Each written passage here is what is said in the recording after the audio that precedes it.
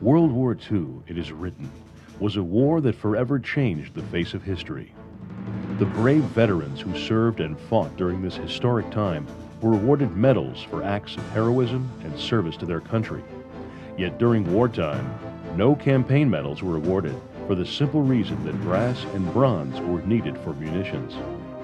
Many veterans returned home after their service, never knowing what medals they earned, and in many cases, never receiving the medals they so richly deserved.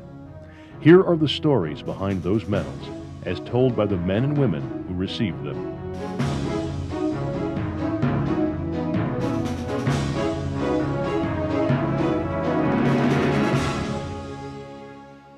Before we can delve into World War II, we must first understand the history of the American Medals Program. Before the Revolution, of course, the United States forces, or the American forces, emulated the British. And once the Revolution started, no one in the Continental Congress, or most of the citizens that were actively involved on the American side, wanted to have any medals, anything that smacked of kings or aristocracy. And that went on until George Washington won his first victory at Boston, and Horatio Gates had his great victory at Saratoga. And at that time, the Congress realized the value of medals to reward and also to promote such victories. And so they had what you might call a commemorative medal, a very large medal struck to honor General Washington, and then one for Horatio Gates. And then after they presented them, they struck extra copies and passed them out to cities and towns so that they could put them on display, and they sent them to different countries so that they could also see that we were doing a number on the British. When Benedict Arnold was attempting to sell out West Point, Major Andre, working with Benedict Arnold, was intercepted by a group of militiamen, and during a thorough search was discovered to be carrying the plans to West Point in his boot. In spite of attractive bribe offers, the militiamen turned him over, and he was eventually hung for his crime. Congress was so impressed with the actions of these militiamen that they struck a special medal known as the Andre Medal. As there were 3 militiamen, only 3 medals were made. This was the first medal awarded to enlisted men during the Revolution. George Washington's been called the father of the country, but you can also say he's the father of the Armed Forces military decorations and awards, because his badge of military merit in the 1780s was the first real award that could be given to both officers and enlisted men. And he very properly designated it could be given for both valor and meritorious service. When General Washington awarded this, the first 3 awards were for valor, and they all went to enlisted men. And so I think that started, or gave a connotation that that honors in America were open to all. Interestingly enough, this medal was the precursor to the Purple Heart. The Civil War brought about the creation of the Medal of Honor, awarded to 1,900 individuals. The Medal of Honor recognized heroic service and was initially only presented to enlisted men, but later in the war expanded to officers. But it was Teddy Roosevelt who really jump-started the American Military Medals Program by authorizing a series of medals to honor veterans of campaigns that included the Civil War and Indian Wars. When World War I came along, like all the other countries, we gave a victory medal, and a little later an occupation medal for the troops that stayed in Germany.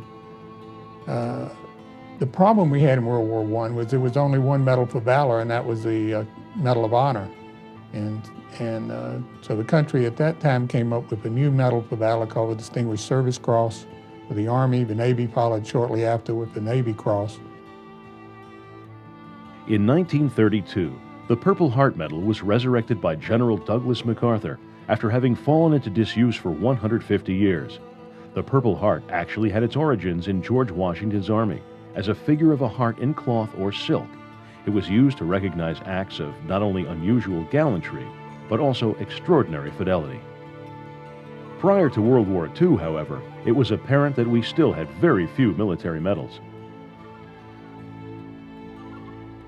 The American Defense Service Medal, while the first of the medals of World War II, was actually awarded for service before the war, during a period of national emergency. It was awarded to any active duty military personnel who served between September 1939, when Hitler invaded Poland, and December 7, 1941, when the Japanese attacked Pearl Harbor. This beautiful bronze medallion is 1¼ inches in diameter. On the front is the Grecian figure Columbia, representing liberty. With a shield in one hand and a sword in the other, she portrays an attitude of defense. The oak branch she stands on represents strength.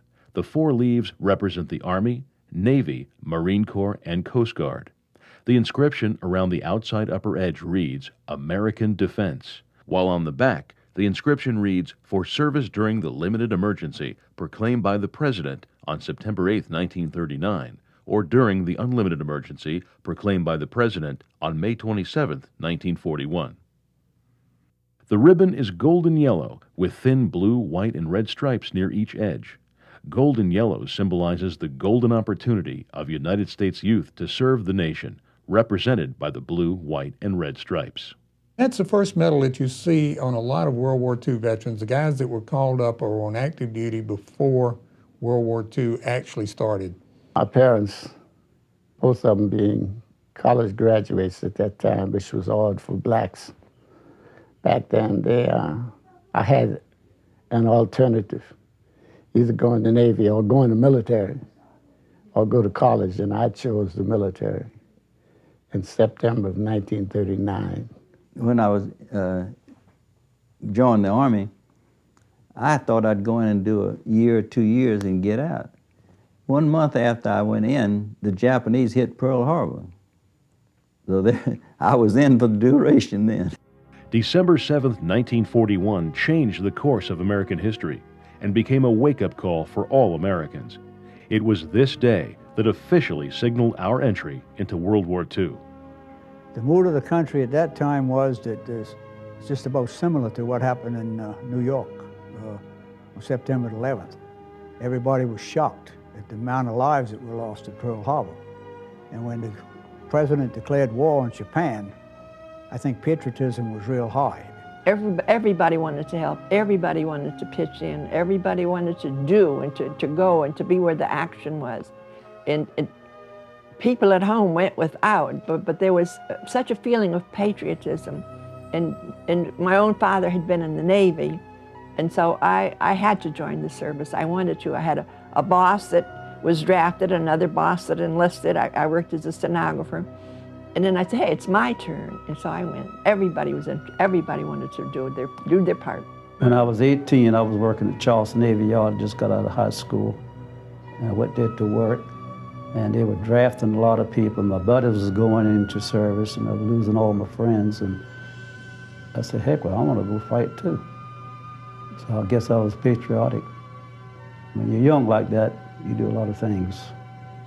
I tried to enlist in 1940 over in Augusta, Georgia, which is about 40 miles from my hometown, a little small town I lived in. Recruiter told me, say, you was 3 pounds underweight. He wouldn't take me. You know, that's back in the Depression days, right after the Depression. So he said, go down the streets and eat some bananas, maybe you can pass. So I only had about 30, 40 cents. We went down, bought some bananas, ate bananas, come back, and still didn't pass. I went ahead, went on out to Fort Jackson, got a good start. They gave me a good start.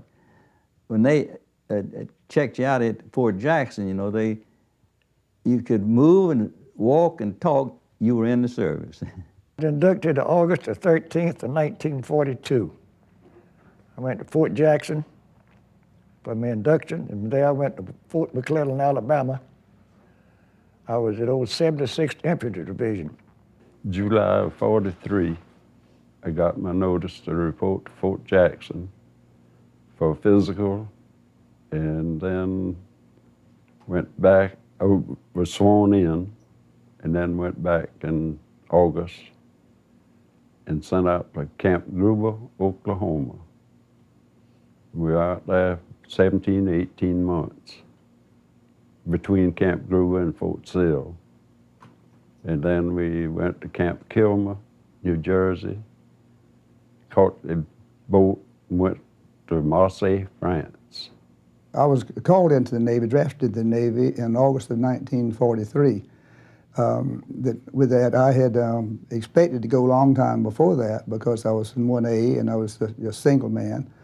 And finally, they got me in August of '43 because the supply of men was running out. And they had them spread in Europe, you see, and then requirements in Japan, too. Rather than being drafted at 17, I volunteered with my parents' permission, went into the Navy.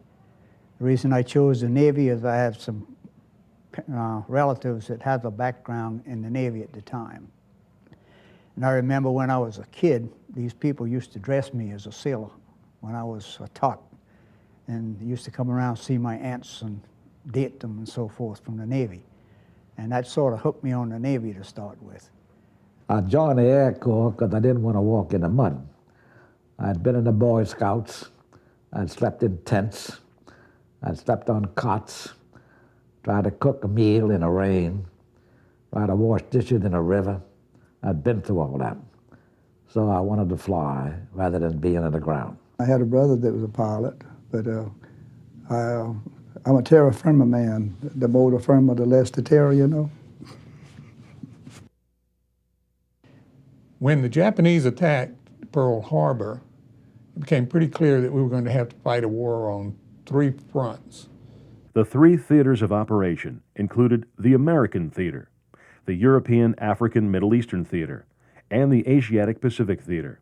Medals were designated for each of the 3 campaigns. The American Campaign Medal was a really interesting medal because what they tried to do on the front of it was show all of the things that were going on in the American campaign. That is, bomber patrols of our shores, the fact that an enormous number of ships were being sunk right off of Cape Hatteras, for example, the graveyard of the Atlantic. The American Campaign Medal was awarded for service to all members of the armed forces who served in the American Theater of Operations for at least 30 days or served or trained in the U.S. for 1 year. This handsome medal is a bronze medallion, 1¼ inches in diameter. On the front is a sinking enemy submarine. Atop the submarine is a Navy cruiser at full steam with a B-24 Liberator flying overhead. The buildings in the background represent the arsenal of democracy. Around the outside upper edge is the inscription, American Campaign. The bright azure blue of the ribbon stands for the Americas. The central blue, white, and red thin stripes refer to the continued American defense after Pearl Harbor. Near each edge are thin stripes of white-red representing Japan and black-white representing Germany. You'd be surprised at the guns they had on that canal. Every hill and every mountain had a 16-inch gun in it. It was well fortified. I've seen many ships come through that canal. I've seen many aircraft carriers come through, destroyers. I've probably seen Brother Clate's ship come through there, but I didn't know he was on it. My shop was overlooking the canal. It wasn't about 200 yards from the canal where my shop was located. We could sit on my shop, watch ships go in and out. I've served under 5 different generals on Paris Island. My duties were, I was the cook. Well, we don't like to refer it as cook, but I was the chef that cooked for him. And celebrities, other military dignitaries would come in, and I was responsible for taking care of that. The whacks were very necessary. They relieved a man for combat, which is the main object of the whacks at all, to let a man go into combat. In those days, at the rate the men were going into combat and getting killed, they needed replacements all the time. Replacements were very precious.